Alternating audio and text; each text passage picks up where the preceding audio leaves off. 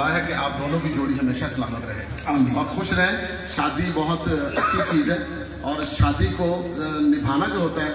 यही मर्दानगी होती है और यही इंसानियत होती है। बहुत अच्छा। शादी तो बाद जो होता है सानू सारे पता जल्दी जल्दी हुई और शादी तो बाद जी भी बंदे की होंगी है भी सारे पता ये उन्होंने पता जिन्हों की हुई क्योंकि शादी एक ऐसी चीज़ है जी बंदे की जो हो जाए ना फिर उस तो बाद जी उन्होंने होंगी है देखने वाली होंगी एक गल्लां बनिया ने चंगेज साहब से बंदा कहता जी कि बच्चियां के नसीब की दुआ करो कि बच्चियां के नसीब चंगे हो तो दूसरे पास जो तुम बंदा देखते ना तो चीकां निकली होंगी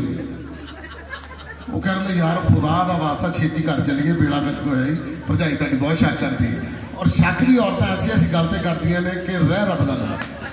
मतलब ऐसी ऐसी गलतें शक करती है कि तुहाडे इत्थे वाल लगा ना ये कौन है चुड़ैल की बच्ची जी तुहाडे ते वाल लाती है हुण वाल तो तेनों नहीं लड़ाई नहीं जाती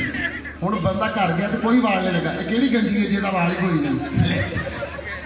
मतलब किस गल तो लड़ पैंदियां ने खैर उधर मूँह कर लिया तुसीं और शक ते शक करती हैं। अच्छा औरतों ने एक तरीका कढ़िया कि इन्होंने पुठी गल करनी चाहिए औरत की साइकी औरत को मशवरा लवो जेड़ा मशवरा दे वो उल्ट करो कामयाब हो जाओगे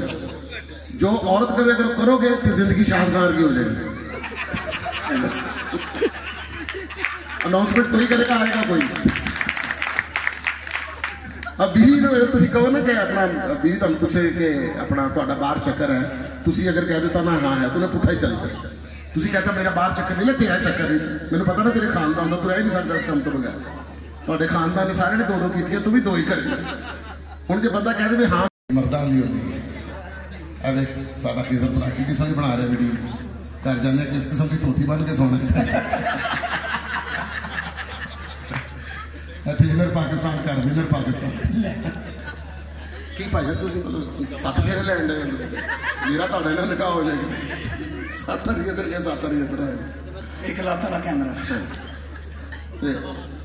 डांस की फरमाइश की